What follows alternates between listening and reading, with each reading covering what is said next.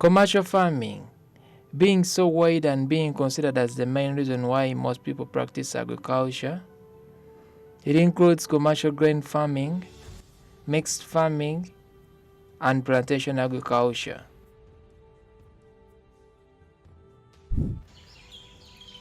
After looking at commercial grain farming in a wider perspective, in mixed farming, the land is used for growing food, fodder crops, and rearing livestock.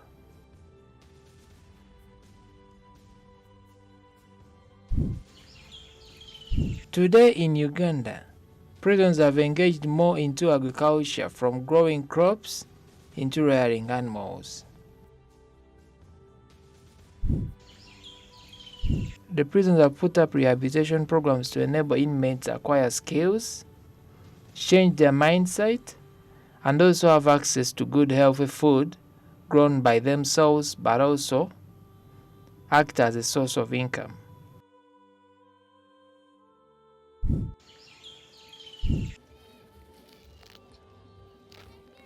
Let's find out more about Uganda prisons produce, besides maize production that we have covered in our first episode.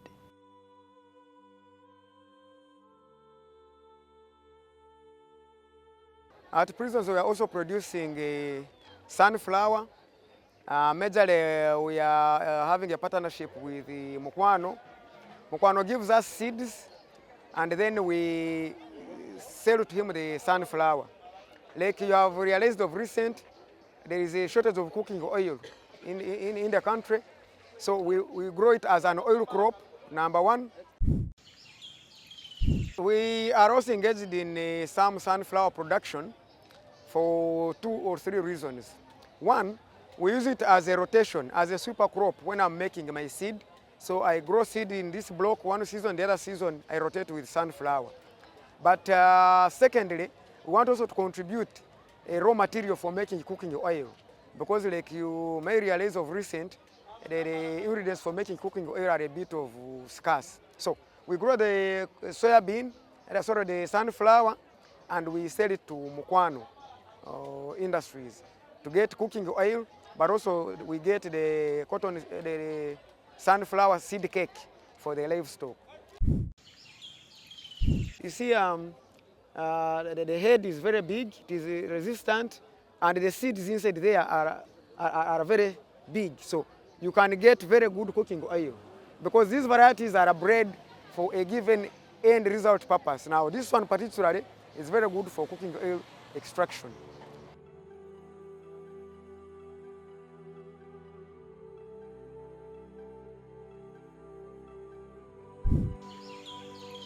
Prisons as a family, we grow a lot of vegetables for 2 reasons. One, as a rehabilitation package to teach prisoners how to do farming. But 2, to also feed them so that they can supplement their diet. Because if we are not feeding them very well, then they would fall sick quite often. Here we have cauliflower, which is this one. It is normally white. Then this is broccoli, and this particular variety is called stem broccoli.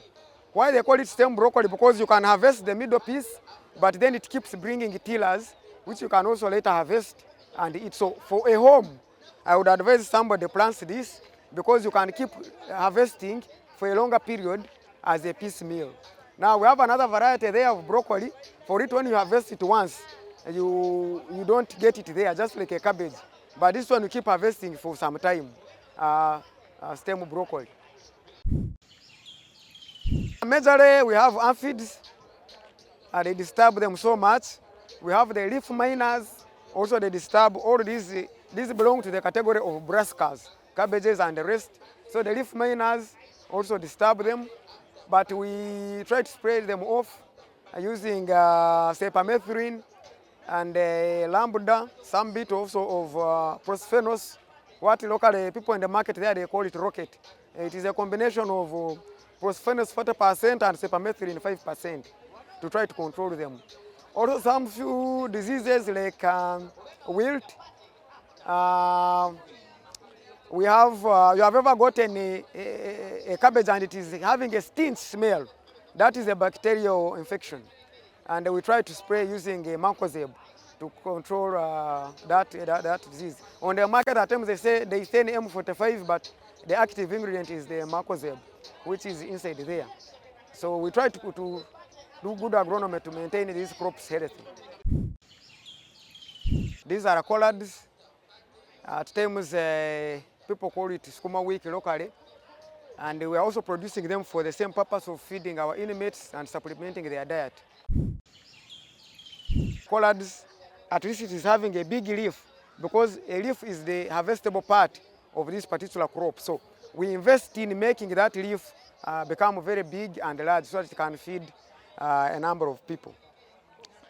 We are also planting them at 60 by 60 centimeters, but for them, we also first grow them in the nursery bed. In an acre, you will need 300 grams. That would be the seed rate. If you are planning to go and grow 1 acre of collards, you will need about 300 grams of seed. There is keeper, there is georgia, there is this very one, but in most cases in prisons we are majorly doing keeper and these collards because they give a higher yield. The leaf surface is bigger and they are a bit pest tolerant a bit. We only have aphids which disturb them, but we normally spray them off. And you can produce them without using inorganic fertilizers. Here we are just using a manure. The kitchen refuse, you can just decompose it and you use it here to grow because they are very heavy feeders of nitrogen. This is spinach. It's also, we categorize actually the skuma wiki and the spinach. They are under the category we call leafy vegetables because the harvestable portion is the leaves. So this is a forkwood giant. That is the variety. Also planted at the same spacing of 60 by 60 centimeters or 2 by 2 feet. But for it at times is much more susceptible to pests compared to the skuma wiki because its leaves are much more tender. And it runs out of production a bit earlier than the skuma wiki. But it's very good and very nutritious spinach. So let's talk about the market in general. Yes. The market, if for a farmer is producing, the market is available, especially when you tame and produce like now in the drought. The rule of thumb is that if you want to benefit much from the vegetables, produce them during the dry season.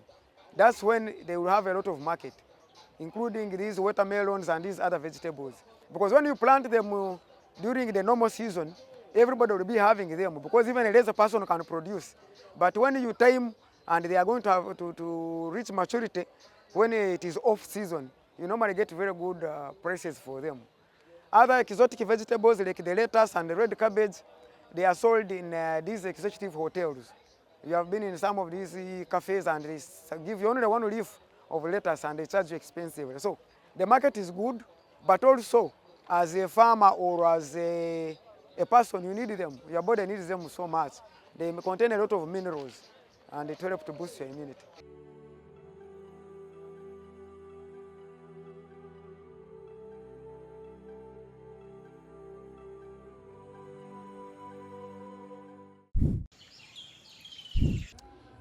One of the mandates of Uganda Prison Service is agricultural production. And as Uganda Prison Service, we have ventured into livestock production. Our main project, which is beef production and multiplication, and our breeding project meant for the communities, to support communities with very good beef breeds that can be able to live within the community and survive, and they're very convenient for the farmer to keep. The beef multiplication and feedlot system is mainly in 7 farms. Our main farms of production is Lugole Prison Farm, where we are keeping Brahman Boran crosses. We have Uganda Prisons Farm Isimba, which we are mainly keeping Borans. We have Uganda Prisons Farm Chiburara, and here we are keeping Borans, and we have introduced Saiwals. We also have farms where we are keeping Ankole cattle, and that is mainly in Ajumaini, Ragem, and Mutukula Prison Farm. These projects are within our communities, and we are blessed with the ability to grow these animals in a controlled system where we are able to control diseases, we are able to vaccinate and treat our animals, and we can comfortably say that we are breeding the best animals for the country. Where I'm standing, we have goats. We have Boer goats and Savannah goats of different percentages.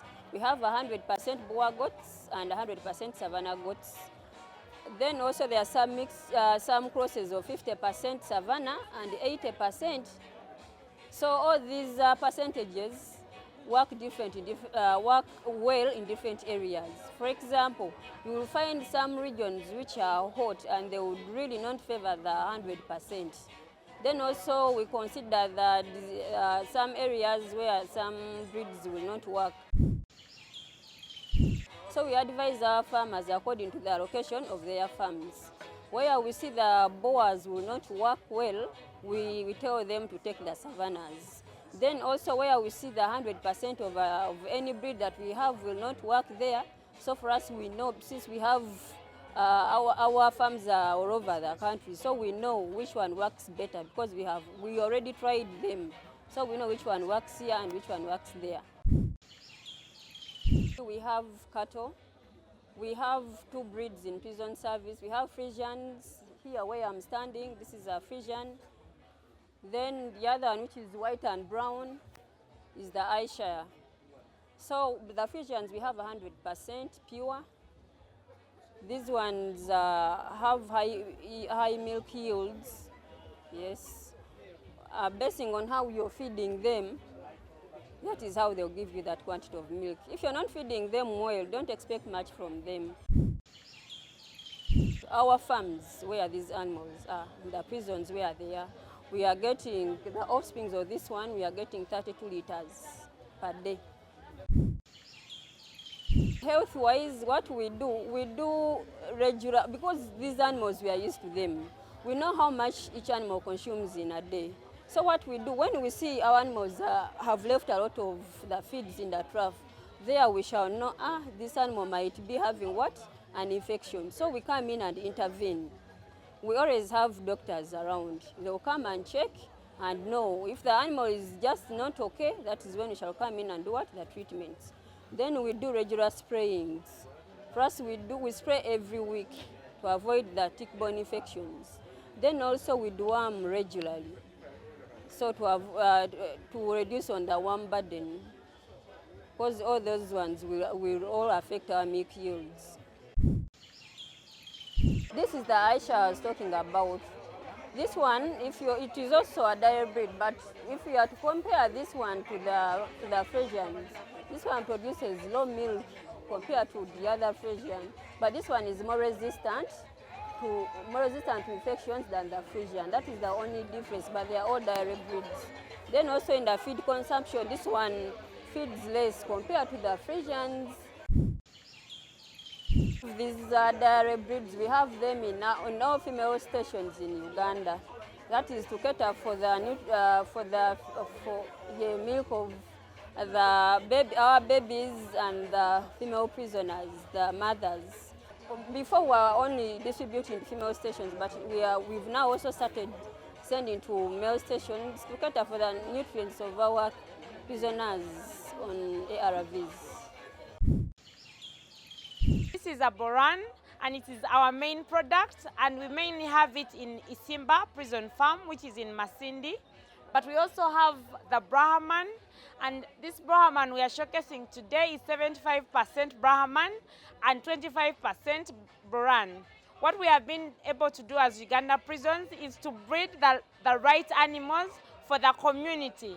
We have been able to go to these communities where we have our farms to establish the right animals that can be able to perform and survive better in the conditions that are within the community. We breed these animals, we select the best that there is among the animals, and we are able to sell them to farmers, especially the breeding bulls. And then what remains, we introduce them into a feedlot, put them under special fattening. We give them feeds for a given time. When they achieve the weight that we expect, then we turn them into beef. The byproducts, that is the hides, We are in the stages of producing leather, and we are trying to set up a tanning industry where we can be able to get other products like belts and shoes. The Brahmans are a composite breed with the Zebu and some Taurus blood. And what we have been able to do with these Brahmans is that because they perform much better, they put on more weight than the Borans, and yet they actually perform better within our environments. On our farms, we introduce these animals gradually. We are able to study them. We do research on which animals is best suited for the area. And then after we have done these pilots, we do it on large scale. We are able to multiply these animals and give them to the communities and help them with breeding so that we can improve the livestock sector and improve the beef industry in Uganda. And for these animals, we sell breeding bulls to the farmers. We also have feedlots that support the nutrition of our inmates and staff. And then from the beef breeding, we have the dairy production. The dairy production projects are mainly for supporting and supplementing the nutrition of inmates, especially the women, the pregnant mothers, the sick prisoners, and those living with HIV. We are mainly doing these projects to also support the children who are living within our prisons. We supplement, we get milk to supplement the feeding of these special categories of people within our prisons. So we mainly have our breeding farm in Uganda Prisons Fort Portal, where we have about 50 breeding Frisians, and we have been able to do embryo transfer, and we have one of the best Frisian bulls. As you have been able to see, it is 100% Frisian, and it is giving us some of the best products we have had as a country. And then the animals we pick from here, we pick heifers that we distribute to different women's stations. Most of these stations are found within the urban centers, and they are unable to keep animals on free range. So we supplement, we have these animals where we supplement them with feed that we have grown from our farms, and these animals are able to produce milk, which supply every day the feeding of the inmates, the feeding of children and pregnant mothers. We have mainly 4 projects which are aimed at supporting the staff welfare. The first project is the piggery production, and what we do as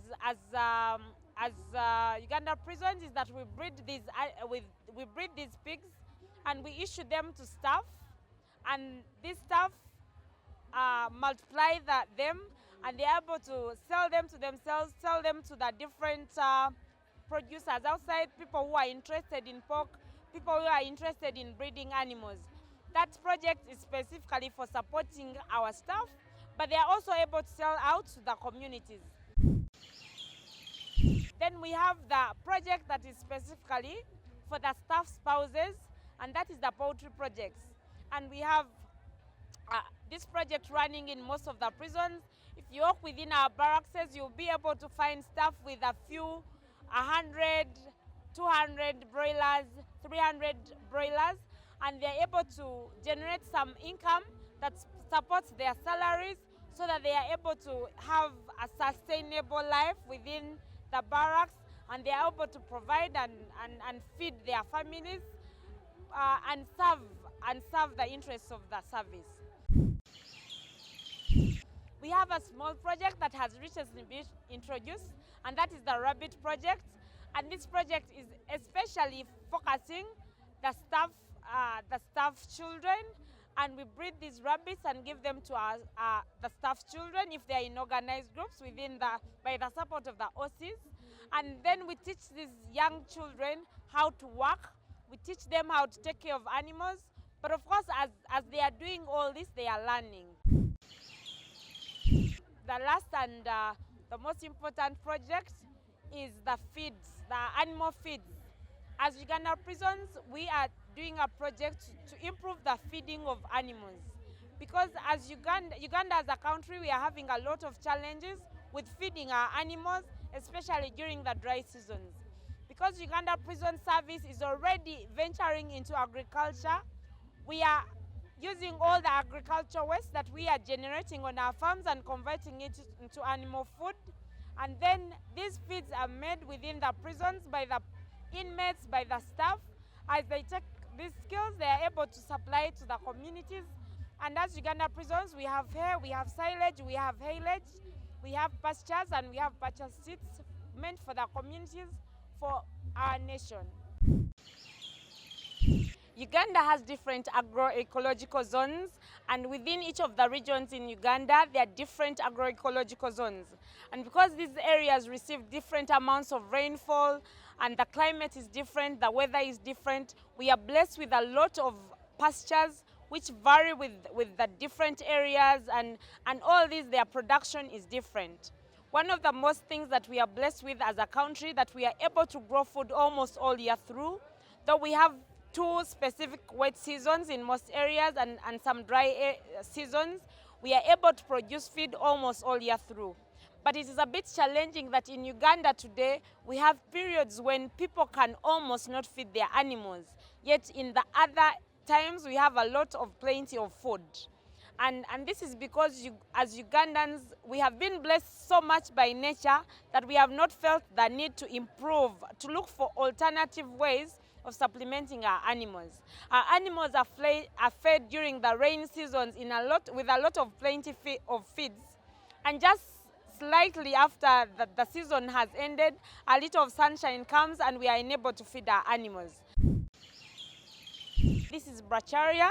Now this bracharia can be established through seed, but when you plant the first planting, you can be able to transplant this that has germinated the seedlings, and you can be able to spread it on your farm.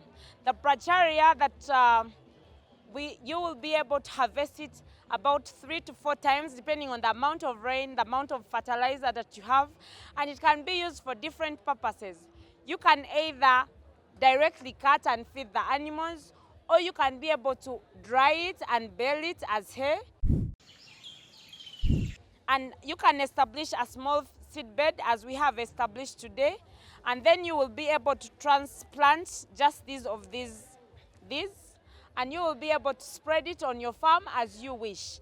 This small seed bed can be able to establish a field of about 50 by 100, and you can continue to multiply it on your farm as your farm grows and the needs of your farm increase.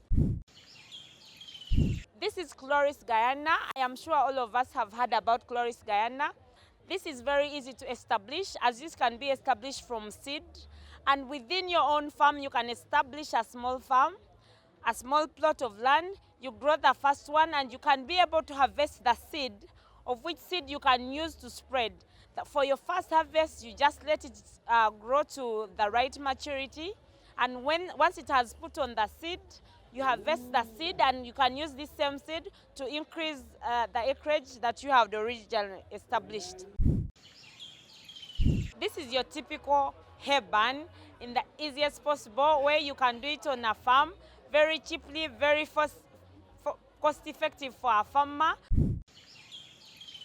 This is hay from the Chloris guyana, as I had earlier explained, and this is hay from Panicum maximum, the consequence, which is common on our roadsides, common on our farms.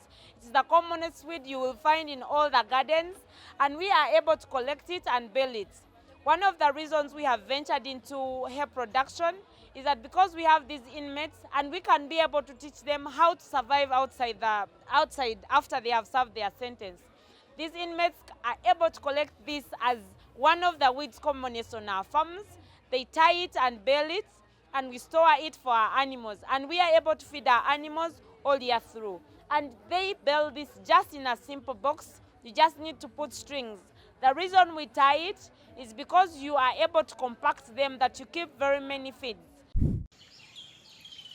Now this dry feed, because you have dried it to a lower water content, you're able to have more of the nutrients than the water.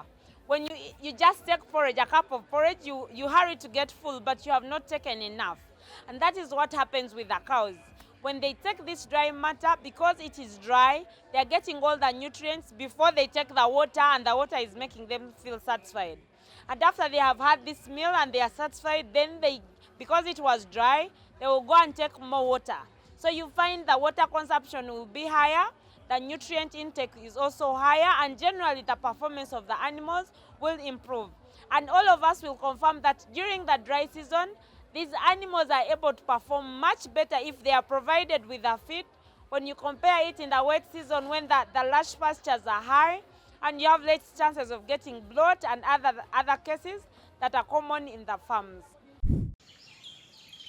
Most of the pastures can be built provided you are able to dry it to a considerable water moisture content so that they are not rotting and they are not getting spoiled during the storage process.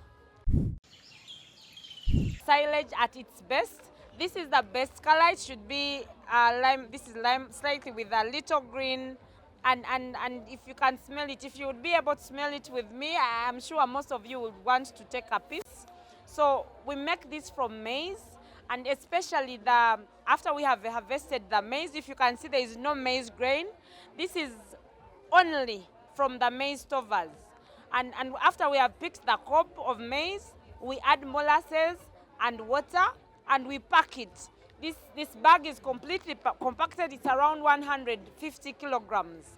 One of the things is that you can be able to compact it in your own home, provided you're able to seal it completely. That the technology of silage is that you're keeping out all the oxygen and you're creating anaerobic conditions, and then you have fermentation. This is very nutritious. The animals love it. You will be able to have to increase your milk production, but most importantly, you can keep these feeds all year through. One of the experiments we have done, we have been able to keep it for about 4 years, and this was still in the same state as if you had fed it 1 year or after 3 months. For Uganda prisons, we produce this and we are able to feed it within 1 month. The ideal is that after 21 days, this is ready to feed your animals, and you can do this in your home, even if you use a panga, provided you cut it and you're able to compact it and push out as much oxygen as possible and completely seal this sac. You can even do this for your farms. You can do this even if you do not have animals. You can be able to pack this and sell it to other customers. Currently, the price of silage on the open market is 400 shillings to 500. So it means you can be able to make this and sell it at 60,000 just from agriculture waste. And most of these agriculture waste, provided you're able to seal it off, you can be able to use it and keep it for feeding animals. There are machinery that are available on the market, but you as a farmer, you can even use a panga, and as you grow in scale, you can be able to procure the different machines and reach up to the stage where you have the machines that are using tractors and keep enough feed. You can sell to farmers or you can grow for your own farm. Most animals are able to feed on hay and silage, but you have to introduce to them. Just like all of us, it must be a gradual process. Because if the animals have been used to a particular feed, you must introduce this feed gradually, and you start by introducing a smaller amount. As you introduce the amount, you decrease on the original one you are giving as you increase this. This can be fed on addition to the other feeds you already have on your farm. You can have the green feed, and you will be able to feed the silage to supplement on the feeding that you have on your farms.